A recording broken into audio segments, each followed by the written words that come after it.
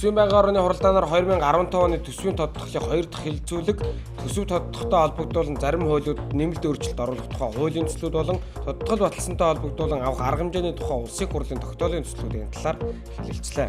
Төсвийн байнгын орны хуралдаанаар засгийн газар гадаадын компаниас зөвлөгөө авахд зориулж 2015 оны төсөвт 17 тэрбум төгрөг суулгасан гэж улсын хурлын гишүүн Ганбаатар хэлсэн нь олонний анхаарал татлаа. Энэ талаар тодруулахад засгийн газрын хэрэг эрхлэх газрын дарга Баяр Зүгтийн гар үсгтээ төсвийн байнгын ороонд ирүүлсэн бичиг байна.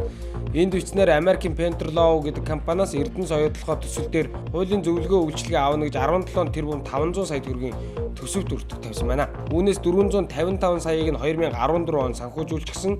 Ингээд үлдэж байгаа 17 тэрбум 45 сая төгрөгийг энэ жилийн төсөвт суулгахаар оруулж ирсэн гэсэн юм аа.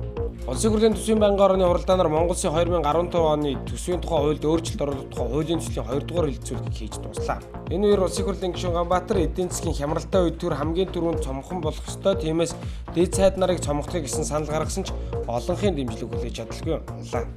35 тэрбумын татвараас зайлшилсан байж болзошгүй Southco Business компани X удирдлагуудын эргийг өчигдөр дүүргийн эрүүгийн эргийн анхан шатны 2 дугаар шүүхэж үүсэн ч энэ сарын 28-ны хүртэл хойшлуулжээ. Улсын яллагч хуралд шинжээч нарыг шүүгдэгчдийн зүгээс шинжээч болон гэрч нарыг оролцуулах хүсэл тавьсан байна. Мөн Justin Capital орчуулагчийн тоог нэмэх хүсэл тавьжээ. Эдгээр хүсэлтийг шүүх хүрэлтгүйн хэлэлцээд энэ сарын 28-ны хүртэл энхүү хойшлууллаа. Гэрэл зурагч анх хоёр Бат 50 нарын хамтарсан Монголын утга зохиолын салбарын төлөөлөгчдийн хөрөг зургийн 12 үзэсгэлэн Blue Moon Art Gallery үзэсгэлэнгийн танхимд өчигдөр нээлттэй хэлээ.